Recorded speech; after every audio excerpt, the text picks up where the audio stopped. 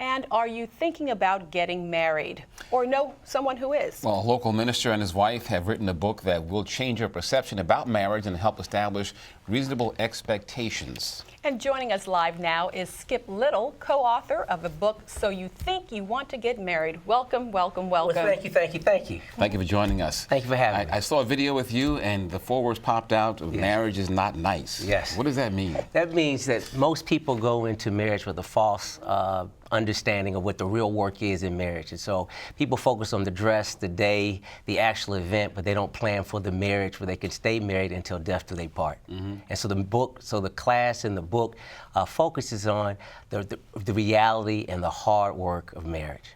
Okay, so Mr. Little, you and your wife are directors of the First Baptist Church of Glenarden's marriage ministry. Yes. And tell us why you guys decided to write this book. What are you seeing out there? Well, when we it started long before we actually took the position at the church. It started when we decided to get married. And when we decided to get married, there weren't enough resources that really gave a realistic context of what marriage is all about.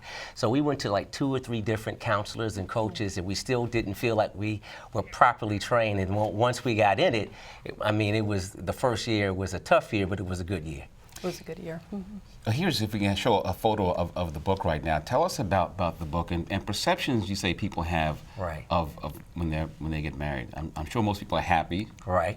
But what are the expectations that are incorrect? The expectations are that marriage is going to be comfortable, it's going to be joy-filled, that person's going to meet every expectation in marriage. Whatever their missing need is or whatever their heart's desires are, that spouse, that husband or wife, they're to meet that expectation. And what happens is that when you get married and you realize that that person's not making you happy or you're not feeling the joy, then what do you do next? And some people, if they're not properly trained or equipped, they decide to quit the marriage. And we want to prevent that. That's right. So you use biblically based marital tools to help engage married couples. Tell us about that a little. Okay, so all of our principles and all of our concepts come from the Bible. So you got to, even if we have non-believers that take our class and we have also believers that take a class, we firmly believe that the reason why the divorce rate in between the Christian community and the secular community kind of parallel the same, everyone says the same 50%, is because folks aren't really have a real understanding of God's context of marriage. And so